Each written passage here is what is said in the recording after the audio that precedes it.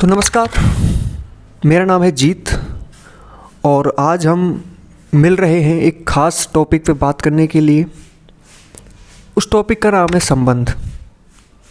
हम आसपास देखते हैं कि महिलाएं, पुरुष वो सभी चाहते हैं कि उनका संबंध किसी ना किसी से बने। तो हम भी उस बारे में बात करेंगे आज कि वो संबंध बनाना चाहते हैं, वो संबंध है क्या। हम देखते हैं आसपास संबंध, माता पिता का संबंध, भाई बहन का संबंध, भाई भाई का संबंध, देश राजधानी का संबंध, विराट कोहली अनुष्का का संबंध, जीवेश रचना का संबंध। ये कुछ संबंध हैं जो हम आसपास देखते हैं। लेकिन हम बात करने के लिए आए हैं मैथमेटिक्स पर। मैथमेटिक्स में भी संबंध होते हैं, लेकिन ये संबंध थोड़े ख़ास तरीके के हैं। इन संबंधों में होता क्या है कि वातावरण के संबंध में तो क्या चाहिए अपन को, दो चीज़ें चाहिए, लेकिन मैथमेटिक्स में हमें चाहिए दो समुच्चय, और दो ऐसे समुच्चय जो अरिक्त हैं। कैसे हैं? अरिक्त। अरिक्त का मतलब उनमें अवयव हैं।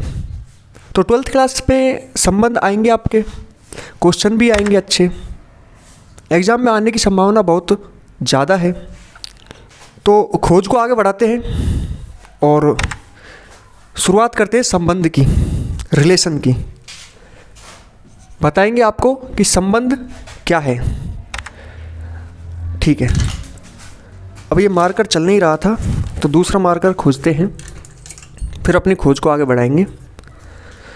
तो हमने बात चालू करने की बात की थी कि संबंध की।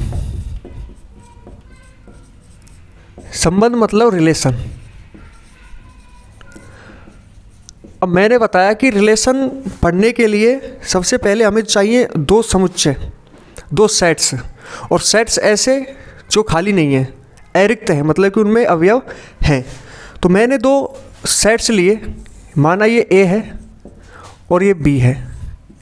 दो सेट्स लिए ए और बी, फ़िलहाल के लिए खाली हैं। जब इनमें मैं एलिमेंट भर दूंगा तो अरिक्त हो जाएंगे। इसमें एलिमेंट भी भरे मैंने 1, 2, 3 और 4। इसमें रख दिए 2, 3, 4 और 5। अब हमारे पास दो अरिक्त समुच्चय हैं, हमें उनमें संबंध स्थापित करना है। तो कैसे करेंगे? ये तीर लगाया इधर और इसके नीचे लिख दिया R। अब ये हम संबंध को लिखेंगे कैसे? R such that A to B। इसका मतलब क्या है? R such that A to B का मतलब क्या है? R संबंध परिभाषित है समुच्चय A से समुच्चय B में। अब मैं इनको इस तरीके से संबंधित करूँगा, इनका रिलेशन बैठाऊँगा कि 1 का संबंध 2 से है, 2 का संबंध 3 से है, और 3 का संबंध 4 से, और 4 का संबंध 5 से।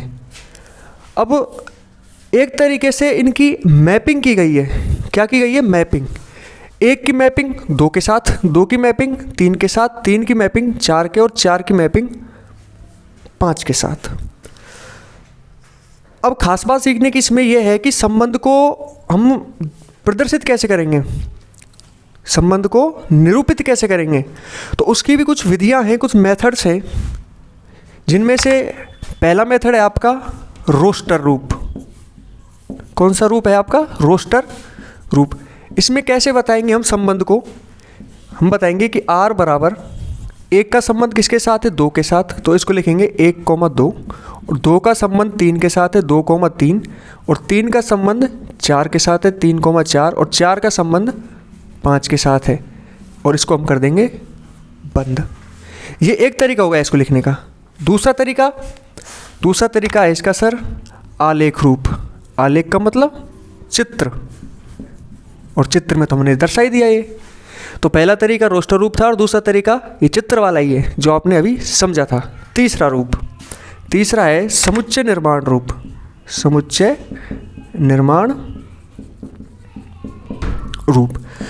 निर्माण रूप को इंग्लिश में बोलते हैं इसको सेट बिल्डर फॉर्म।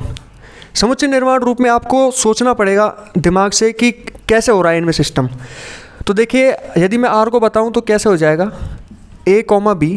अब ये A, B क्या है? इस पूरे समुच्चय A के अवयव को मान लिया मैंने A। क्या मान लिया, ए। इस पूरे बी को मान लिया बी। तो ऐसे संबंध बनाए कि ए कॉमा बी, जहाँ पर बी क्या है, a+1। मतलब कि जब मैं a का मान रखूँगा इस समीकरण में तो मुझे b का मान प्राप्त हो जाएगा। मैंने a का मान रखा 1, तो b का मान प्राप्त होगा 2। तो कौन सा बन जाएगा संबंध इनका, 1,2, 1,2। यदि मैं यहाँ पर 2 रखूँगा तो p का मान मुझे प्राप्त होगा 3। तो कौन सा बन जाएगा संबंध, 2,3, 2,3। ठीक है, जहाँ पर एक देखने के लिए हमें कहाँ पर संपर्क करना पड़ेगा, a बिलोंग्स टू बड़ा ए और b बिलोंग्स टू बड़ा b। a के मान के लिए संपर्क करें समुच्चय a में, b के मान के लिए संपर्क करें समुच्चय b में। ठीक है, ये अपनी हो गई समुच्चय निर्माण रूप। अब बात आएगी प्रांत की, सहप्रांत की और परिसर की। अभी मैं आपको इसमें समझाता हूँ। जो अवयव संबंध बनाने के लिए यूज हो रहे हैं, जो अवयव संबंध बनाने के लिए यूज हो रहे हैं वो सभी होंगे आपके प्रांत, संबंध के प्रांत। मैंने क्या बोला, जो अवयव संबंध बनाने के लिए यूज हो रहे हैं वो क्या हो जाएगा, प्रांत। प्रांत मतलब बोले तो डोमेन। अब देखिए कौन कौन से यूज हो रहे हैं, 1, 2, 3 और 4, इसमें तो सभी यूज हो रहे हैं। ठीक है, कौन कौन से हो गए अवयव, 1, 2, 3 और 4। अब सहप्रांत क्या होगा, सहप्रांत, सहप्रांत मतलब बोले तो कोडोमेन। अब सहप्रांत के लिए संपर्क करना पड़ेगा हमको समुच्चय बी में। समुच्चय बी में हम देखेंगे कि जो अवयव हैं समुच्चय बी में उपस्थित सभी अवयव, समुच्चय बी में उपस्थित सभी अवयव सहप्रांत कहलाएंगे। ठीक है, सभी अवयव, समुच्चय बी के सभी अवयव। तो 2, 3, 4 और 5 प्रांत समुच्चय के वो अवयव जो संबंध बनाने में यूज हो रहे हैं, सहप्रांत में समुच्चय बी के प्रत्येक अवयव, सभी अवयव।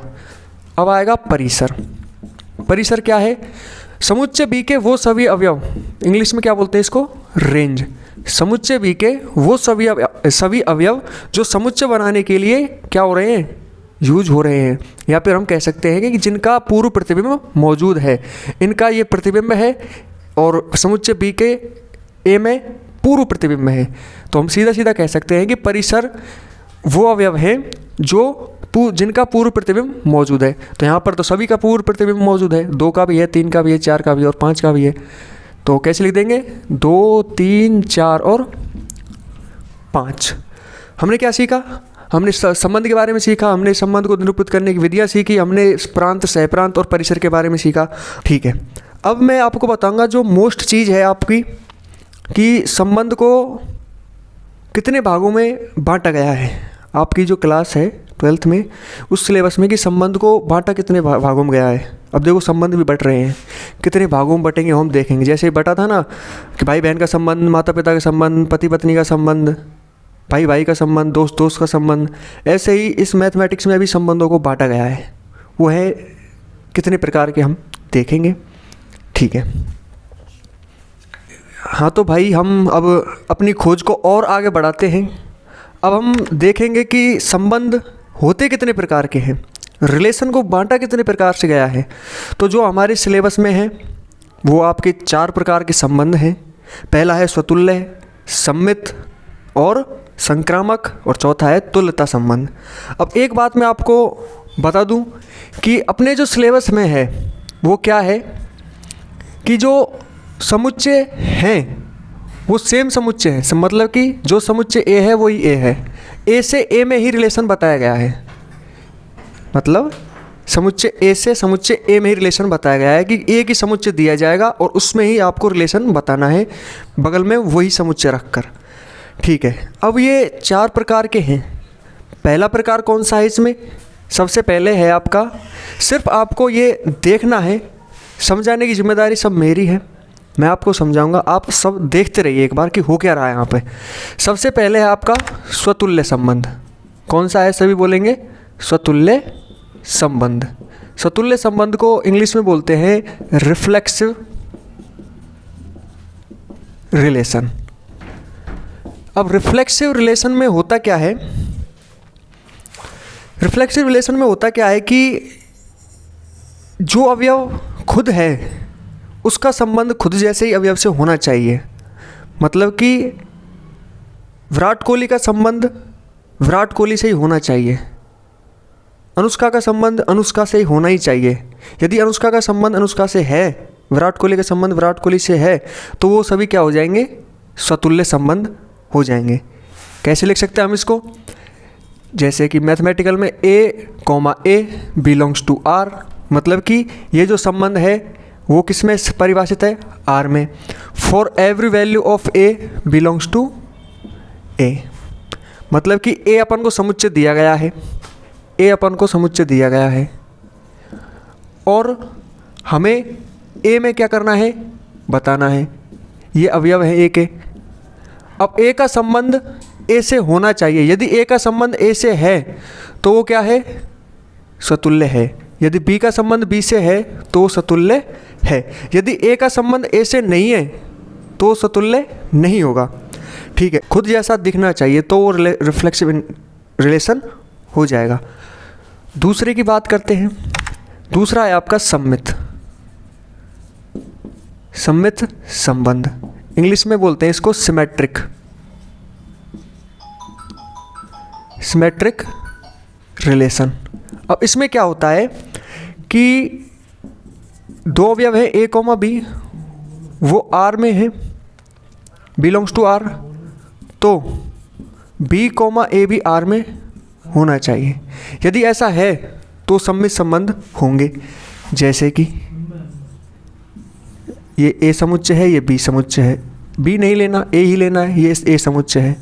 अब देखो A, इसमें भी A, B सेम है। अब A का संबंध B से है तो B का संबंध भी A से होना ही चाहिए। यदि ऐसा है तो संबंध कैसा होगा, सम्मित संबंध हो जाएगा। तीसरी बात करते हैं अपन, अभी एग्जाम्पल लेके समझेंगे। तीसरा है आपका संक्रामक संबंध को इंग्लिश में बोलते हैं ट्रांजिटिव रिलेशन। अब इसमें क्या होता है कि यदि A, B belongs to R है तथा B, C belongs to R है तो A, C belongs to R होना चाहिए। यदि ऐसा है तो कैसा संबंध हो जाएगा, संक्रामक। अब मैं इसको अपनी भाषा में समझाता हूँ कि यदि खुद जैसा आदमी खुद से मिल जाए तो स्वतुल्य हो जाएगा, खुद जैसे ही। और वो रिलेशन कहाँ पर है, A, A में। प्रत्येक A के लिए संपर्क करना है हमें समुच्चय A से, समुच्चय A, क्योंकि सब तो दोनों तो बराबर ही है। सम्मित में क्या होगा, यदि A B के साथ खुश है तो B को A के साथ भी खुश रहना चाहिए। ठीक है। संक्रामक में यदि A B के साथ है, यदि A B के साथ रह रहा है और B C के साथ रह रहा है तो A को C के साथ रहना चाहिए। यदि ऐसा हो रहा है तो वो संक्रामक संबंध होगा। यदि ऐसा नहीं हो रहा तो वो संक्रामक संबंध नहीं होगा। कि यदि कोई संबंध स्वतुल्य भी है, सम्मित भी है और संक्रामक भी है तो वो तुल्यता संबंध हो जाएगा। क्या बोला मैंने, यदि कोई संबंध स्वतुल्य भी है, सम्मित भी है और संक्रामक भी है तो संबंध कैसा हो जाएगा, तुल्यता संबंध हो जाएगा। अभी हम क्वेश्चन देखते हैं किताब का।